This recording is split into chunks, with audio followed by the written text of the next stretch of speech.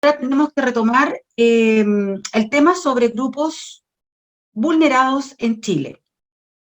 Comenzando con la ponencia con el señor Gonzalo Lira. Bienvenido, Gonzalo, magíster en Psicología Social y director de la Escuela de Psicología de la Universidad del Paraíso, quien va a exponer sobre salud mental y bienestar psicosocial infanto-juvenil, problemáticas y desafíos para una nueva etapa constituyente. Tu turno, Gonzalo, 20 minutos y nuevamente bienvenido. Ok, Erika, muchas gracias. Buenos días a todos y a todas. Un placer estar en esta instancia. Creo que constituimos un espacio de diálogo y reflexión muy propio de lo que es este periodo constituyente. Me ha correspondido en esta oportunidad compartir con ustedes algunas reflexiones y algunos antecedentes sobre la situación y el estado de la niñez y la adolescencia en Chile como un elemento a consideración para el desarrollo de políticas públicas y de consideraciones constitucionales para su resguardo y consideración. Voy a compartir una presentación que espero pueda ilustrar estos elementos y estos antecedentes. Tal como señalábamos, la idea es mirar la niñez y la adolescencia desde la perspectiva de la salud mental y el bienestar psicosocial infanto-juvenil, como un modo de abordar ciertos desafíos para los acuerdos y la elaboración de un nuevo marco constitucional. Me ha parecido pertinente considerar en primer lugar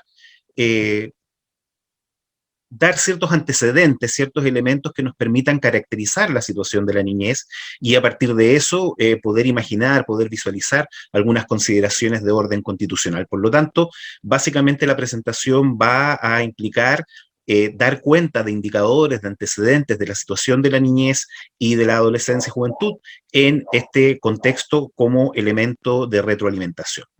Bueno, evidentemente una materia que no podemos dejar de considerar tiene que ver precisamente con la condición de vulneración y de vulnerabilidad en que muchos niños, niñas y adolescentes de nuestro país se encuentran.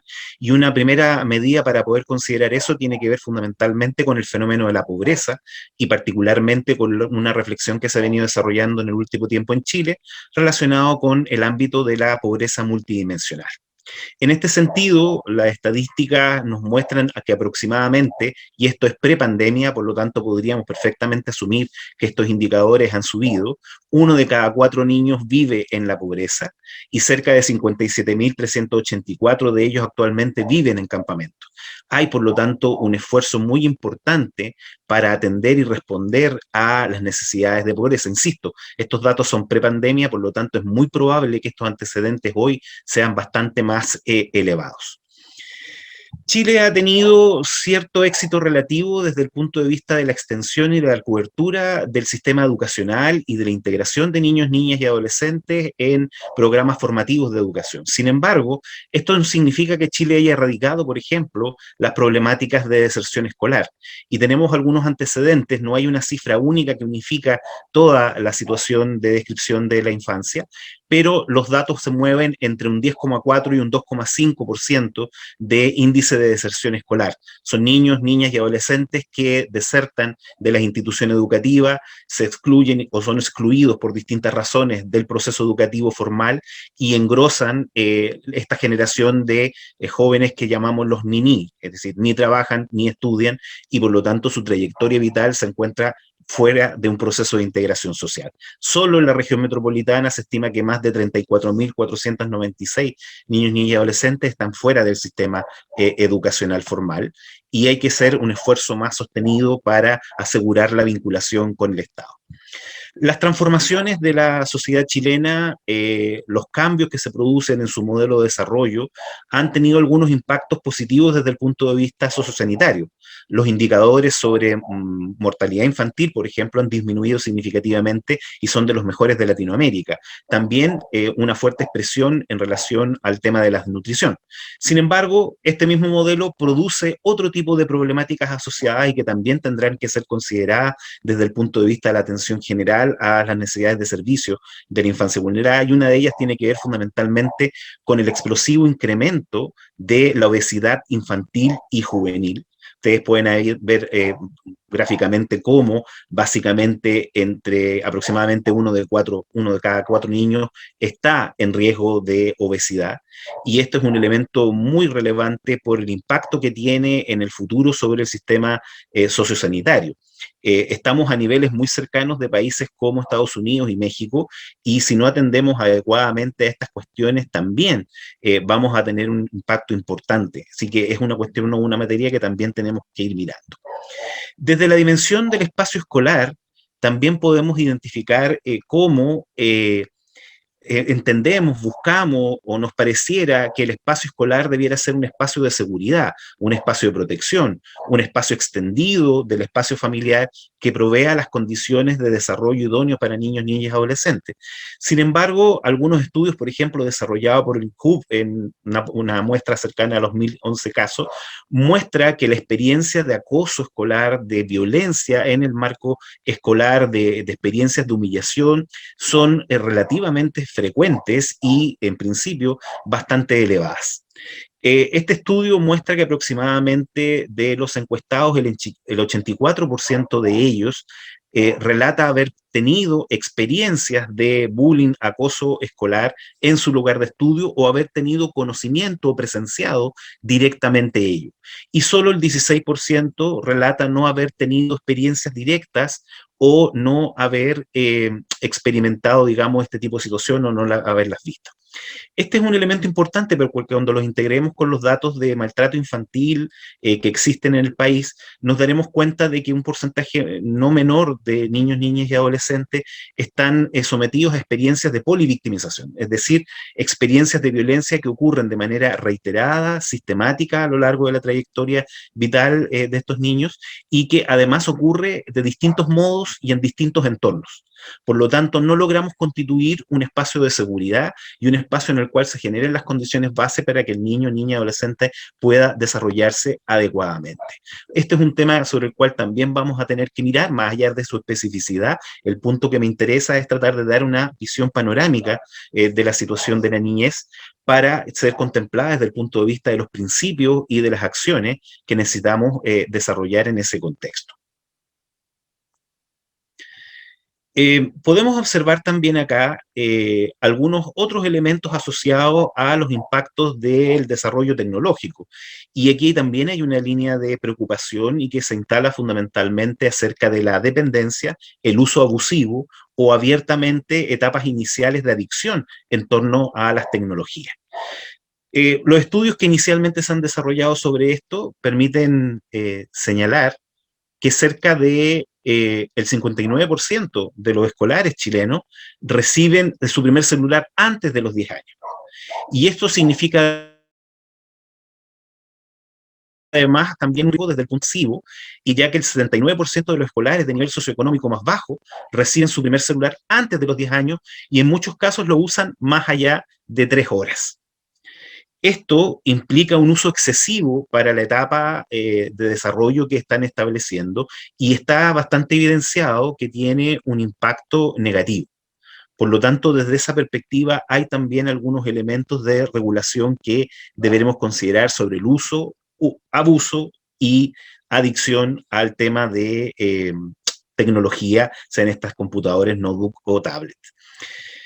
Esto también es una cifra pre-pandemia, por lo tanto, las condiciones de hacinamiento, de encierro que estamos experimentando los ciudadanos en este contexto de la pandemia COVID, también establecen el hecho de un mayor incremento en el uso de tecnología, dado que todos los medios de interacción están confluyendo a ello. Por lo tanto, este es un elemento sobre el cual vamos a observar elementos, además, de mayor exacerbación. El siguiente tema que quisiera considerar podría dar efectivamente luz a un seminario específico, cuya temática central estaría de tema directo, que tiene que ver con la situación del Servicio Nacional de Menores. Se ha transformado en un ícono de la discusión, del debate y del malestar social en torno a las formas en que abordamos y enfrentamos la situación de la infancia vulnerada.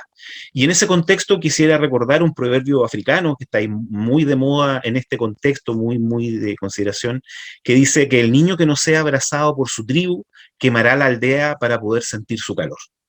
La sabiduría popular asociada a este elemento termina tristemente mostrándonos y evidenciándonos que cuando el Estado no genera una respuesta integral, extensiva y abarcativa de las condiciones de vulneración en las que se encuentra la población infanto-juvenil, esta genera impactos en el largo plazo, impacta negativamente sobre sus trayectorias vitales y produce problemáticas de orden mayor. Por ejemplo, hemos conocido tristemente hace algunos días atrás el hecho de que en un intento de un portonazo, un adolescente de 16 años fue, digamos, muerto en acción de defensa de una persona que estaba siendo asaltada. Ese joven de 16 años aparentemente habría estado involucrado en el asesinato de la niña Tamara Araya. Y entre los antecedentes iniciales que se conocen, ese adolescente habría estado vinculado en su trayectoria vital al Sename. El ciclo de la violencia y de la no interrupción del mismo es uno de los elementos que tiene entonces esta expresión. Hay, como digo, ya muchos elementos que sitúan acerca de el déficit estructural y la precariedad de la respuesta del Estado a través de la constitución del Sename. Se habla de una realidad de mucha precariedad y de mal funcionamiento, una condición que genera exclusión y que impacta negativamente sobre la sociedad completa. No nos olvidemos esta idea o aforismo que se utiliza de la idea de los niños del Sename. Los niños no son del Sename y la perspectiva sobresectorializada con la que enfrentamos el problema termina excluyendo y apropiando a los niños en esta situación dentro del marco del Sename. A pesar del eslogan que se habla de los niños y niñas primero, la verdad es que la infancia no ha sido una prioridad en Chile y se observa claramente en todos los elementos asociados al diseño de la política pública. Lo que más se expresa en este minuto tiene que ver con la ausencia de un sistema de protección integral y de garantías de derechos en Chile para niños, niñas y adolescentes. Lamentamos observar que el Congreso nuevamente ha incurrido en una práctica de limitación de esas facultades, por cuanto muchos de los elementos que se votaron en el día de ayer relacionados con la conformación de un sistema de protección integral no fueron aceptados y por lo tanto no van a formar parte de la nueva ley de protección. Fallas estructurales en el diseño del Sename, demasiado centralismo, falta de coordinación, fragmentación de las entidades públicas y privadas, tal como hemos señalado. Estos niños no son adecuadamente recibidos y atendidos en sus necesidades por el servicio de salud ni por el servicio de educación, quedan restringidos bajo esta identidad de niños del Sename y por lo tanto hay una excesiva sectorialidad en la respuesta frente a las necesidades que se tienen. Desde el punto específico de la salud mental, un estudio internacional comparado que integró la experiencia de población nacional nos sitúa en un contexto particularmente problemático. El estudio internacional comparado sitúa a los niños chilenos menores de 6 años como aquellos a nivel mundial que experimentan la peor salud mental comparada. La prevalencia de trastornos de salud mental puede llegar al 25%, esto es 1 de cada 4 niños, y duplica las tasas registradas en países desarrollados o como nos gustaba decir de la OCDE. Se identifican fundamentalmente problemas externalizantes que pueden llegar hasta el 25%. Esto tiene que ver fundamentalmente con problemáticas de disrupción a nivel del comportamiento, de las conductas que tienen estos elementos, y problemas internalizantes que pueden llegar a cerca del 16% y que tienen que ver más bien con trastornos adaptativos y trastornos en el ámbito de la esfera emocional.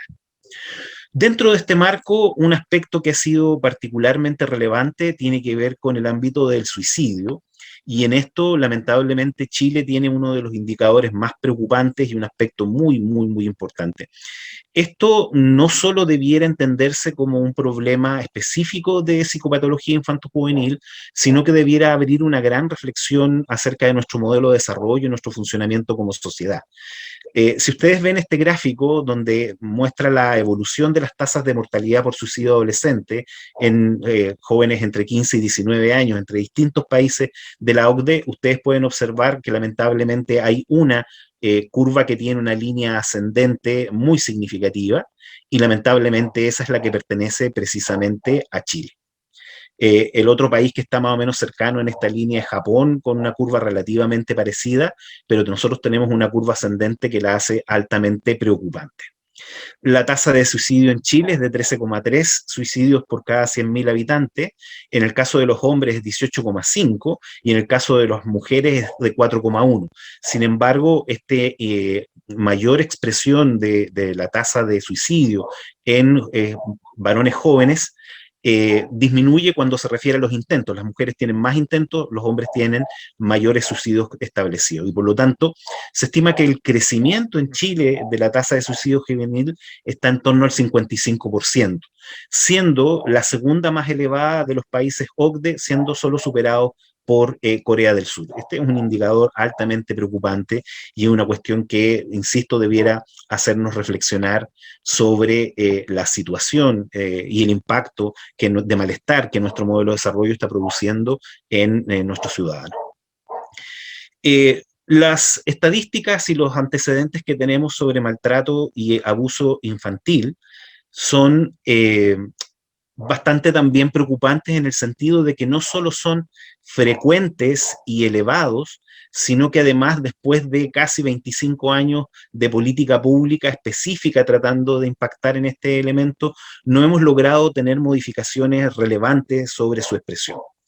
Los estudios desarrollados por la UNICEF, que desarrollan un análisis de la expresión de estas modalidades de violencia, indican que alrededor del 70% de niños, niñas y adolescentes reciben algún tipo de violencia de parte de sus cuidadores. Un 51,5% sufriría algún tipo de violencia física y cerca del 25,9% de los niños y niñas sufre violencia física de carácter grave. Esto es un elemento que se puede profundizar con posterioridad. Ustedes pueden ver observando la comparación que se produce entre aquellos niños que declaran no padecer violencia, aquellos que padecen violencia psicológica, aquellos que padecen violencia física leve y aquellos que padecen violencia física grave. Si miramos estos elementos, nos vamos a dar cuenta de que aproximadamente 1 de cada 4 niños declara no padecer violencia y los otros 3/4 relatan algún tipo de experiencia. Lo más preocupante de esto, como señalo, es que a pesar de la política pública no tenemos grandes variaciones. Es decir, los datos solo muestran una pequeña disminución en torno al ámbito de la violencia física grave. Y ahí sí podemos observar desde una disminución de un 34, un 25% aproximadamente, 11%, pero que además ya sigue mostrando una gran estabilización. Por lo tanto, claramente también aquí hay un impacto no relevante desde el punto de vista de las políticas en el ámbito de prevención y promoción. Es muy importante aquí clarificar que el Sename ha puesto su énfasis esencialmente en la respuesta terciaria de carácter reparatorio. Y está muy bien que aquellos niños que hayan tenido esas experiencias de vulneración en sus derechos fundamentales puedan acceder a un tratamiento y a una intervención reparatoria. Pero estamos minimizando la respuesta del Estado desde el punto de vista de la prevención de la violencia y especialmente de la promoción de estilos de crianza, cuidado y desarrollo de competencias parentales que sean incompatibles con el uso de la violencia. Y es ahí un elemento donde fundamentalmente también nuestra política pública lamentablemente está mostrando ciertos niveles importantes de fracaso. Gonzalo, disculpa que te interrumpa. ¿Podrías agrandar la presentación, por favor, que nos está pidiendo el público? Esta interesante presentación. No hay problema, Salvador, disculpa. Obviamente estos elementos podemos ponerlos posteriormente a disposición y por lo tanto no hay inconveniente y podemos distribuirlas con el resto digamos, del público que asiste el día de hoy. Mira, estoy teniendo alguna dificultad para poder compartirla y agrandarla. En el tenor del tiempo y para no perjudicar a los exponentes que vienen posteriormente, ahí parece que ya podemos referir. Tenemos aquí también algunas estadísticas sobre delitos sexuales contra niños, niñas y adolescentes, que es otra manifestación de la violencia grave en la cual se establecen. Podemos observar que lamentablemente la mayoría de las situaciones de delitos sexuales que son abordados y estudiados por el Ministerio Público tienen relación fundamentalmente con niños, niñas y adolescentes. Si ustedes se fijan, la mayoría de las denuncias en un periodo contemplado entre el 2014 y el 2017 corresponden al 77% del total de las denuncias. Es decir, desde el punto de vista de las denuncias formalmente ingresadas al Ministerio Público, la gran mayoría corresponden a situaciones de denuncias de actos de violencia sexual, de agresión sexual, desarrolladas contra niños, niñas y adolescentes. Tenemos que contemplar el fenómeno de la cifra negra, y evidentemente hay muchos delitos que no se denuncian. Por lo tanto, evidentemente esto podría constituirse en una cifra aún superior. Finalmente, no he querido solo presentar el lado oscuro de la luna y solo quedarnos en aquellos elementos problemáticos.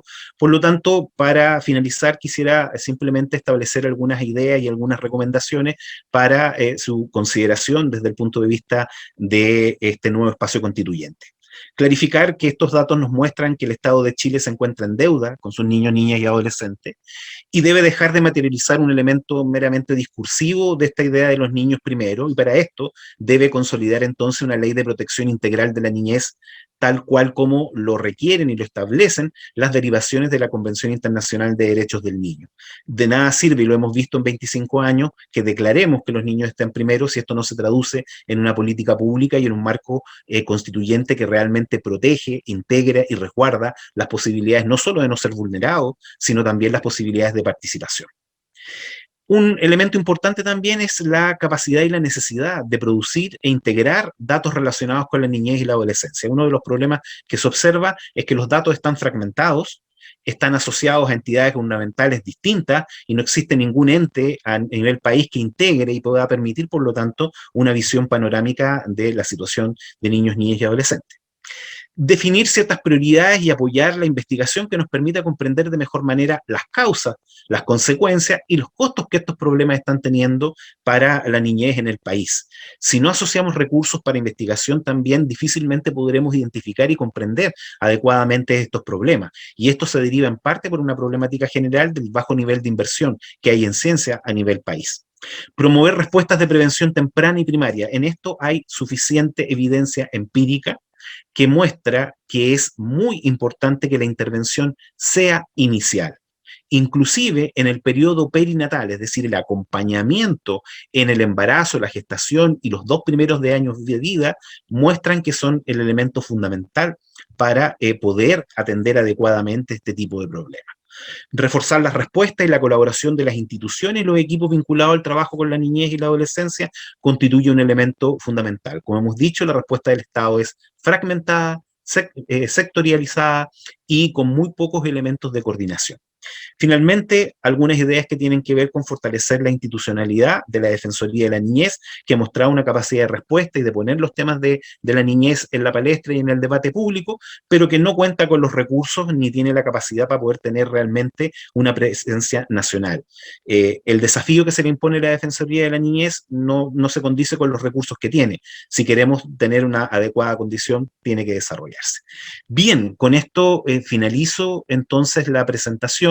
Espero haber podido contribuir a dar una imagen global de lo que ocurre con la situación y esperamos que esta nueva reflexión constituyente contribuya a poder abordar este elemento. Muchas gracias.